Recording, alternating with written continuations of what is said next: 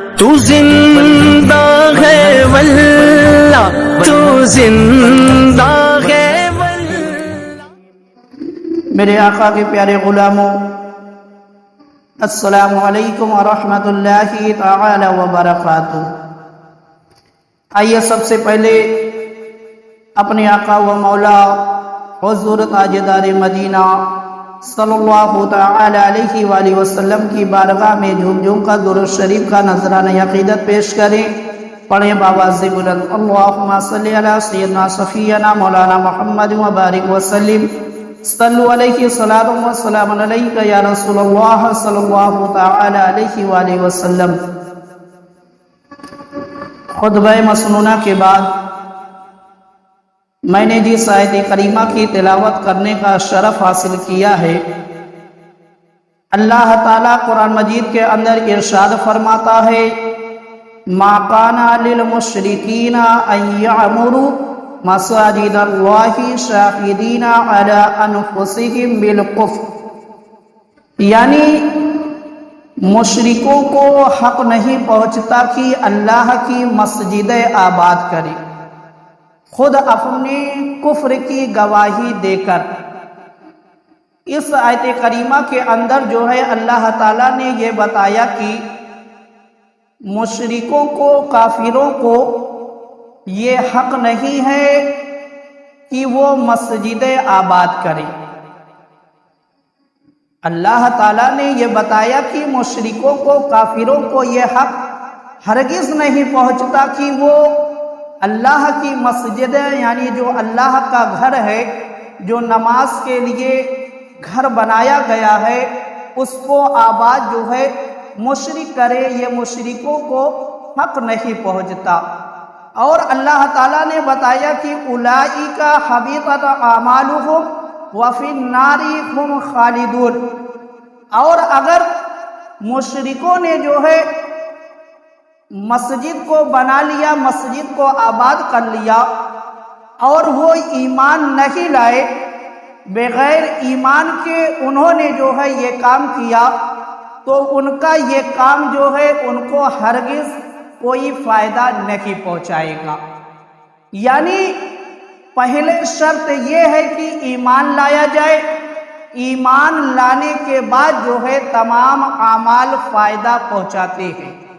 اب اگر کوئی شخص جو ہے ایمان لانے کے بعد مسجد کو آباد کرتا ہے، اپنی پیشانیوں کو جو ہے مسجد میں آ کر سجدے میں رکھ کر رب کی بارگاہ میں تسبیح بیان کرتا ہے، تسبیح کرتا ہے، اللہ کی حمد و ثنا کرتا ہے، تو اب اس کا یہ عمل جو ہے اس کو فائدہ پہنچائے گا۔ اور آگے اللہ تعالیٰ نے ارشاد فرمایا، انما یعمر مساجد اللہ من آمن باللہ والیوم الآخر، اور جو ہے اللہ کی مسجدیں وہی آباد کرتے ہیں جو اللہ اور یوم آخرت یعنی قیامت کے دن پر ایمان لائے۔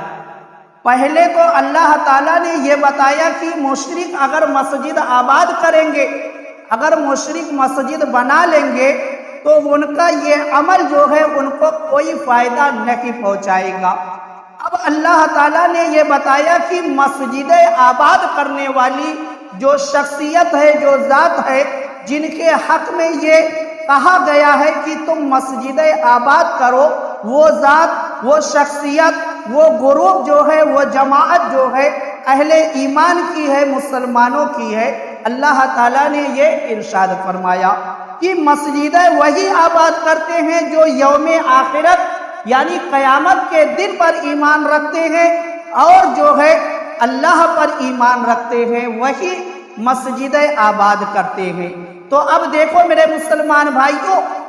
دونوں آیت کریمہ کے اندر جو ہے مسجدیں آباد کرنے کا حکم آیا ہے، یعنی لفظ آباد جو ہے دونوں آیت کریمہ کے اندر پایا جاتا ہے۔ تو اب آباد کی تفسیر میں جو ہے مفسرین اکرام نے لکھا ہے کہ مسجدیں آباد کرنے کا مطلب یہاں پر یہ ہے کہ مسجد کی تعمیر کرنا، مسجد بنانا، مسجد کی تعمیر کرنا، مسجد بنانا، اس آیت کریمہ میں اللہ تعالیٰ نے یہ بتایا کہ مسجد بنانے والی جماعت جو ہے وہ مسلمانوں کی ہے جو اللہ پر ایمان رکھتے ہیں اور یوم آخرت پر ایمان رکھتے ہیں، اور جو ایمان کے ساتھ مسجد تعمیر کرتا ہے اس کو جو ہے فائدہ پہنچے گا، اور اگر کوئی بغیر ایمان کے مسجد تعمیر کرتا ہے، مسجد بناتا ہے، یعنی اگر کسی کافر نے جو ہے مسجد کی تعمیر کر دی، مسجد کو بنا دیا، تو اس کو جو ہے اس عمل سے کوئی فائدہ حاصل نہیں ہوگا۔ اب یہاں سے میرے مسلمان بھائیوں ایک مسئلہ یہ بھی معلوم ہوا کہ مسجد کے اندر جو ہے غیر مسلم کا پیسہ نہیں لگایا جا سکتا۔ یہاں سے یہ بھی ایک مسئلہ معلوم ہوا کہ غیر مسلم کا پیسہ جو ہے مسجد کے اندر نہیں لگایا جا سکتا، اور مسجد جو بنے گی، مسجد جو تعمیر ہوگی، اس میں اہل ایمان کا پیسہ لگے گا، اس میں اہل ایمان کا پیسہ لگے گا۔ اور دوسری بات یہ معلوم ہوئی کہ اگر کوئی غیر مسلم، کوئی مشرک، کوئی کافر جو اللہ پر ایمان نہیں رکھتا ہے، جو یوم آخرت پر ایمان نہیں رکھتا ہے، اگر اس نے جو ہے مسجد تعمیر کر دی تو وہ حقیقت میں مسجد نہیں ہے بلکہ صرف ایک مکان ہے، صرف ایک وہ مکان ہے، وہ مسجد کا مقام، وہ مسجد کا درجہ، وہ مکان جو ہے نہیں رکھتا ہے۔ تو میرے مسلمان بھائیوں، اور اس کی جو ہے وضاحت جو ہے آپ کو کتابوں کے اندر بلکہ قرآن مجید کے اندر ہی مل جائے گی کہ جب مسجد قباء کے قریب میں منافقوں نے مسجد ضرار کو تعمیر کیا تھا، تو میرے آقا سرکار دو عالم صلی اللہ تعالی علیہ وآلہ وسلم نے صحابہ اکرام کو یہ حکم دیا تھا کہ اس مسجد میں جو ہے آگ لگا دی جائے، اس مسجد میں آگ لگا دی جائے۔ تو معلوم کیا ہوا کہ معلوم یہ ہوا کہ جب اہل ایمان کسی مسجد کو تعمیر کریں گے، اہل ایمان چندہ دے کر کسی مسجد کو تعمیر کریں گے تو وہ مسجد کہلائے گی، ورنہ اگر کافر کسی مکان کو تعمیر کرے گا تو وہ مسجد نہیں کہلائے گی، وہ مسجد کا مقام جو ہے اس مکان کو نہیں حاصل ہوگا۔ اب دیکھو میرے مسلمان بھائیوں، اللہ تعالیٰ نے یہ حکم دیا کہ مسجد آباد کرتے ہیں اللہ پر ایمان رکھنے والے اور یوم آخرت پر ایمان رکھنے والے، اور آباد کا مطلب تعمیر، آباد کا مطلب تعمیر کی مسجد کی تعمیر اہل ایمان کرتے ہیں۔ اب مسجد کی تعمیر کے لیے جو ہے ایسی جگہ ہونی چاہیے، کس جگہ کا انتخاب ہونا چاہیے، کیونکہ موجودہ وقت میں جو ہے یہ چیز بہت تیزی کے ساتھ باور کرائی جا رہی ہے، لوگوں کے درمیان پھیلایا جا رہا ہے کہ بہت ساری ایسی مسجدیں ہیں کہ جس کو توڑ کر وہاں پر پہلے کوئی اور چیز موجود تھی، اس کو توڑ کر جو ہے زبردستی وہاں پر مسجد تعمیر کی گئی۔ میرے مسلمان بھائیوں، اب یہاں سے شریعت کا مسئلہ یہ ہے کہ مسجد اسی جگہ تعمیر ہو سکتی ہے،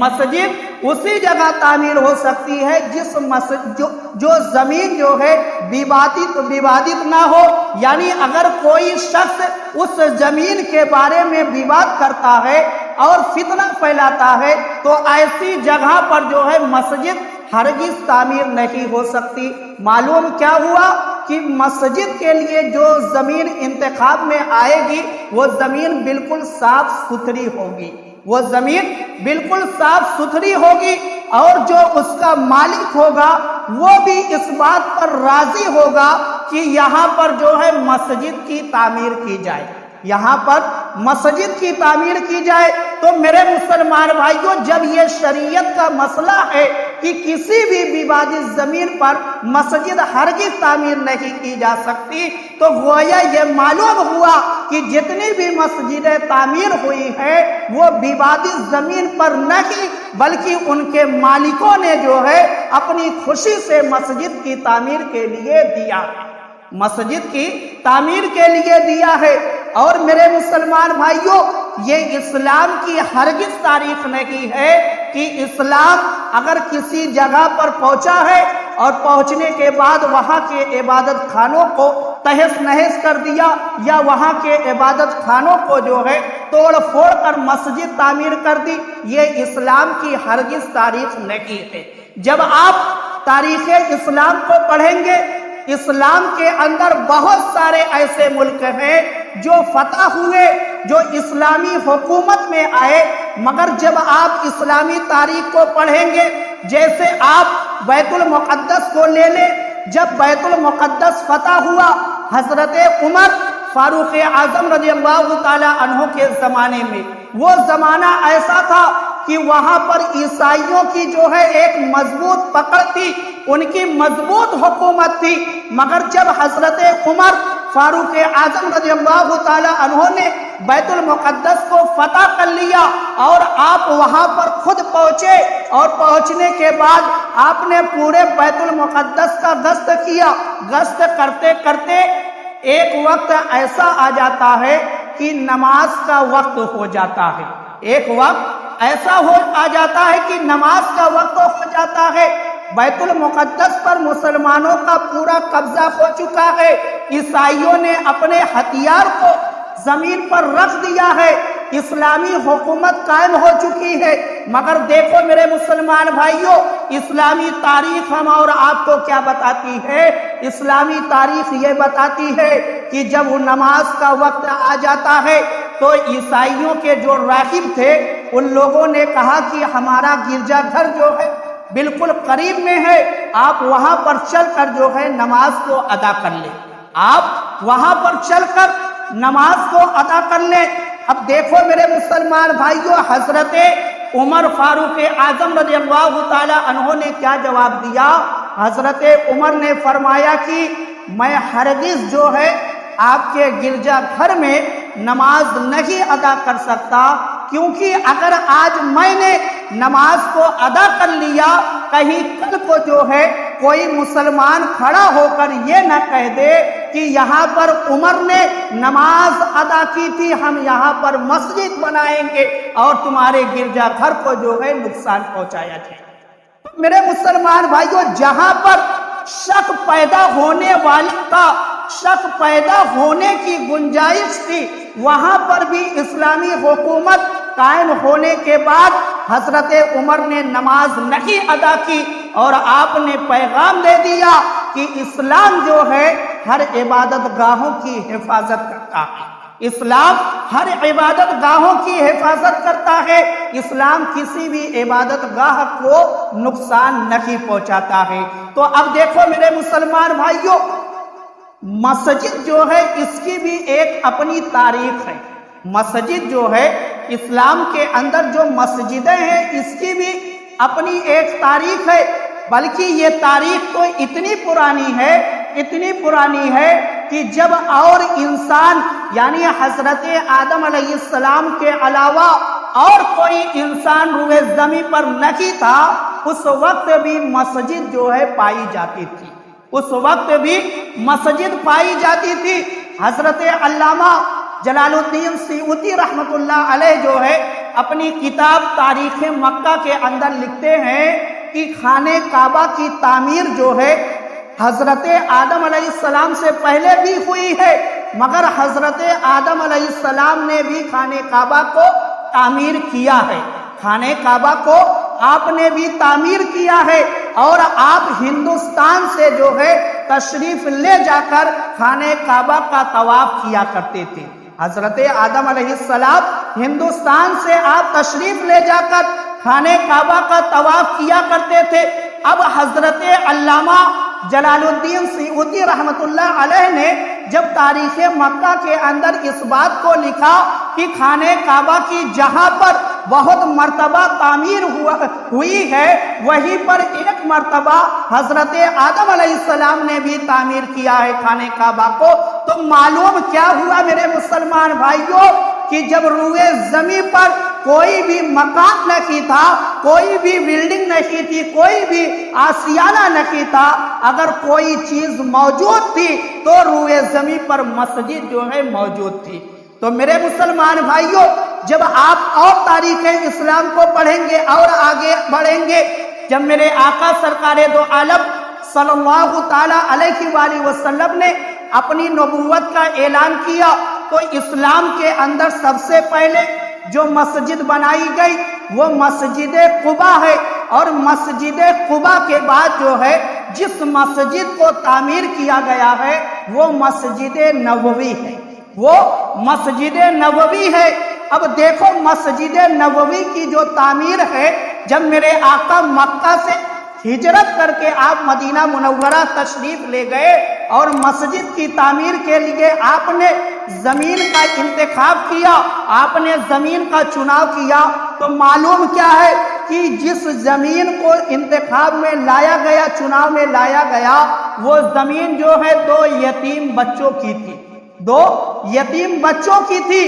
اب دیکھو میرے مسلمان بھائیوں، اگر اسلام زبردستی کسی کی زمین پر قبضہ کرنے والا ہوتا تو اس سے سنہرا موقع اور کیا تھا کہ یتیموں کو دبانا بہت آسان ہے، مگر میرے مسلمان بھائیوں وہ دونوں بچے میرے آقا کے دربار میں حاضر تھے اور کہہ رہے تھے کہ یا رسول اللہ آپ ہماری زمین کو لے لیں، ہم کو اس کا کوئی معاوضہ نہیں چاہیے، کچھ پیسہ نہیں چاہیے، مگر میرے آقا نے انکار کر دیا کہ نہیں اس زمین کی قیمت دی جائے گی۔ تو میرے مسلمان بھائیوں معلوم کیا ہوا کہ جہاں پر بھی مسجد کی تعمیر ہوئی ہے، اسلامی تعلیم یہ ہے کہ کسی بھی ووادت زمین پر مسجد کو ہرگز تعمیر نہ کیا جائے اور نہ کسی کی زمین پر قبضہ کر کے وہاں پر مسجد کو تعمیر کیا جائے، بلکہ اگر کسی مسجد کے لیے انتخاب کیا جائے کوئی کسی زمین کا تو پہلے اس زمین کی قیمت ادا کی جائے۔ تو میرے مسلمان بھائیوں یہ اسلامی تاریخ ہے کہ اسلام کے اندر جو ہے مسجد کو بہت بلند مقام حاصل ہے، یہاں تک کہ حدیث پاک کے اندر ملتا ہے کہ میرے آقا سرکار دو عالم صلی اللہ تعالیٰ علیہ وآلہ وسلم نے ارشاد فرمایا کہ روئے زمین پر اللہ تعالیٰ کو اگر کوئی زمین سب سے زیادہ محبوب ہے تو وہ مسجد ہے، وہ مسجد ہے۔ یہ مسجد جو ہے میرے رب کو بہت محبوب ہے، یہ مسجد میرے رب کو بہت محبوب ہے، اور یہاں تک کہ ایک حدیث پاک کے اندر ملتا ہے کہ یہ مسجد جو ہے جنت کی کیاریوں میں سے ایک کیاری ہے، جنت کی کیاریوں میں سے ایک کیاری ہے۔ تو میرے مسلمان بھائیوں جس مکان کو اتنا بلند مقام دیا گیا ہو کہ جس کو بیت اللہ اللہ کا گھر کہا جاتا ہو، اور ایسا گھر جو ہے ایسی زمین پر بنایا جائے گا، ایسی زمین پر جو زمین ووادت ہو، جو زمین ناحق قبضے میں لی گئی ہو، تو میرے مسلمان بھائیوں اسلامی تعلیمات یہی ہے کہ ایسی ہرگز زمین پر جو زمین ووادت ہو یا وہ زمین جو کسی سے زبردستی قبضے میں لائی گئی ہو، اس زمین پر ہرگز جو ہے مسجد تعمیر نہیں کی جا سکتی۔ اب دیکھو میرے مسلمان بھائیوں، لوگ تاریخ اسلام کے اندر ڈنڈی کہاں پر مارتے ہیں؟ جیسے جب اسلامی تاریخ ہندوستان کے حساب سے بتائی جاتی ہے کہ ہندوستان میں اسلام کیسے پھیلا، تو لوگ کیا کرتے ہیں؟ بادشاہوں کی سیرت کو پیش کرتے ہیں، بادشاہوں کی سیرت کو پیش کرتے ہیں۔ میرے مسلمان بھائیوں یہ بھی کان کھول کر اس بات کو اپنے دل میں بٹھا لو کہ ہندوستان کی سرزمین پر اگر اسلام پھیلا ہے، اگر اسلام پھلا اور پھولا ہے تو بادشاہوں کی بدولت نہیں بلکہ ہمارے بزرگوں کی بدولت پھیلا اور پھولا ہے۔ تو اب اگر اسلامی تاریخ کو بیان کرنا ہے تو بادشاہوں کی سیرت کو نہ بیان کرو بلکہ خواجہ غریب نواز کی سیرت کو بیان کرو، بلکہ قطب الدین بختیار کاکی کی سیرت کو بیان کرو، بلکہ نظام الدین اولیاء کی سیرت کو بیان کرو، بلکہ صابر پاک کی سیرت کو بیان کرو، ان بزرگوں کی سیرت کو بیان کرو۔ مگر ان بزرگوں کی سیرت کو لوگ کیوں نہیں بیان کرتے؟ اس لیے نہیں بیان کرتے، اگر ان کی سیرت کو بیان کر دیا جائے تو جو وہ یہ معمہ لوگوں کے سامنے رکھتے ہیں، جو فتنہ پھیلانے کے لیے وہ بات بڑھاتے ہیں، ان کا سارا فتنہ ختم ہو جاتا ہے، کیونکہ اسلام جو ہے وہ تلوار سے نہیں بلکہ اخلاق سے پھیلا ہے۔ یہ ہمارے بزرگوں کی سیرت آج بھی گواہی دیتی ہے، ہمارے بزرگوں کی سیرت یہ آج بھی گواہی دیتی ہے کہ اسلام اگر روئے زمین پر پھیلا ہے تو اخلاق کے ذریعے سے پھیلا ہے۔ تو میرے مسلمان بھائیوں، یہ راز ہے اسلامی تاریخ کے اندر۔ تو میرے مسلمان بھائیوں، اپنی تاریخ کو زندہ رکھنے کے لیے پڑھنا پڑے گا، اپنی تاریخ کو زندہ رکھنے کے لیے پڑھنا پڑے گا، ورنہ دشمنان اسلام کو یہاں تک اتر آئے ہیں کہ مسلمانوں کے لباس کو بھی بدل دیا، مسلمانوں کے ذہن کو بھی بدل دیا، مسلمانوں کی سوچ کو بھی بدل دیا، مسلمانوں کے رہنے کھانے پینے سونے ہر طریقے کو بدل دیا، بلکہ مسلمانوں کو جو ہے مغربی تہذیب میں لے جا کر کھڑا کر دیا ہے۔ اب مسلمانوں کی جو عبادت گاہیں ہیں ان کو بھی بدلنے کی سازش کی جا رہی ہے۔ میرے مسلمان بھائیوں، اسلام کے اندر تو بہت طاقت ہے، مگر جب ہم اسلامی طاقت کو حاصل کرنے کے لیے اسلامی تعلیمات پر عمل کریں گے، اپنے آقا کی سیرت مبارکہ پر عمل کریں گے، تب ہمارے اندر جو ہے ایک انقلاب آئے گا، ہمارے اندر جو ہے ایک بدلاؤ آئے گا۔ معلوم ہے میرے مسلمان بھائیوں، بغداد کی وہ سرزمین جو ایک تاریخی سرزمین ہے، جہاں پر مسلمانوں نے سینکڑوں سال جو ہے حکومت کی ہے، جو دارالحکومت تھا، جب تاتاریوں نے بغداد کو لوٹا ہے، مسلمانوں کو قتل عام کیا ہے، یہاں تک کہ بغداد کی گلی گلی میں خون بہ رہا تھا، اور دریائے دجلہ جو ہے اپنے اصلی شکل کو کھو چکی تھی، یعنی مسلمانوں کے خون سے جو ہے دریائے دجلہ لال ہو چکی تھی۔ اس وقت کا منظر یاد کرو میرے مسلمان بھائیوں کہ تاتاریوں نے مسلمانوں کے سروں سے مینار تعمیر کر دیا تھا۔ یہی تاتاری جو ہے جب لوٹ مار اور قتل و غارت کر کے فارغ ہوئے اور جا رہے تھے تو تاتاریوں کے کانوں میں جو ہے ایک آواز ٹکرائی، اور وہ آواز کی کیسی تھی؟ وہ آواز جو تھی آذان کی آواز تھی، وہ آواز آذان کی آواز تھی۔ تو جو تاتاریوں کا بادشاہ تھا، اس کی لڑکی نے جب آذان کی آواز کو سنا تو وہ بہت پریشان ہو گئی۔ وہ پریشان اس لیے ہوئی کہ ان لوگوں کا یہ گمان تھا کہ مسلمان جو ہے روئے زمین سے ختم ہو چکے ہیں، پھر یہ آذان دینے والا کون ہے؟ پھر یہ آذان دینے والا کون ہے؟ تو میرے مسلمان بھائیوں، اب دیکھو، جب آذان کی آواز کان میں ٹکرائی ہے تو فوراً جو ہے آذان دینے والے کو گرفتار کر لیا گیا، اور اس عالم دین کو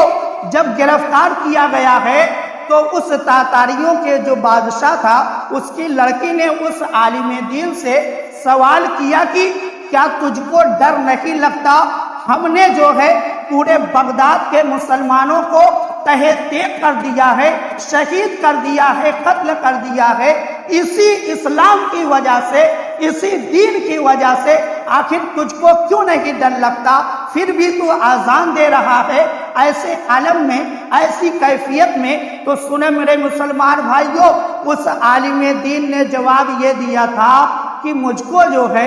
ڈر نہیں لگتا، کیونکہ میرا رب ہے، مجھ کو ڈر نہیں لگتا، میرا رب ہے۔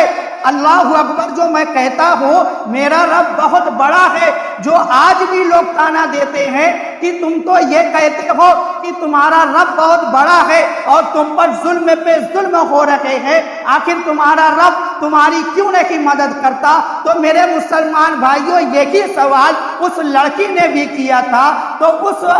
عالم دین نے اتنا پیارا جواب دیا۔ انہوں نے ایک مثال بتائی، وہ مثال یہ بتائی کہ جو بکریاں چرانے والے ہوتے ہیں، جو بھیڑیوں کو جنگلوں میں لے جا کر چراتے ہیں، وہ بھیڑیوں کے بکریوں کے ساتھ جو ہے ایک کتا بھی رکھتے ہیں، وہ ایک کتا بھی رکھتے ہیں، اور کتا اس لیے رکھتے ہیں کہ جب بکریاں ادھر ادھر بکھر جاتی ہیں تو یہ کتا جو ہے بھونک کر ان بکریوں کو ریوڑ میں لا دیتا ہے، ان بکریوں کو ریوڑ میں لا دیتا ہے، تو اس عالم دین نے اس مثال سے اس کو یہ سمجھایا کہ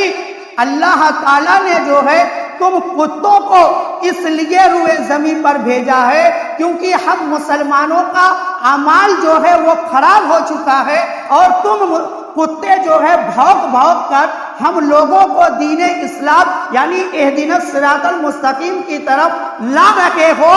اس لیے جو ہے ہم پر ظلم ہو رہا ہے۔ وہ حقیقت میں وہ ظلم نہیں ہے، بلکہ اللہ تعالیٰ نے ایک سبب، ایک ذریعہ بنا دیا ہے کہ ہم دیکھ کر جو ہے دین اسلام کی طرف آ جائے، اہدنا الصراط المستقیم کی طرف آ جائے۔ تو میرے مسلمان بھائیوں، آج بھی ہم کو جو ہے دیکھ کر درس لینا چاہیے، سبق لینا چاہیے، اور اسلامی تعلیمات پر عمل کرنے والا بننا چاہیے، اپنے آقا کی سنت مبارکہ پر عمل کرنے والا بننا چاہیے، تاکہ ہماری دنیا بھی کامیاب ہو جائے اور ہماری آخرت بھی کامیاب ہو جائے۔ وآخر دعوانا ان الحمدللہ رب العالمین۔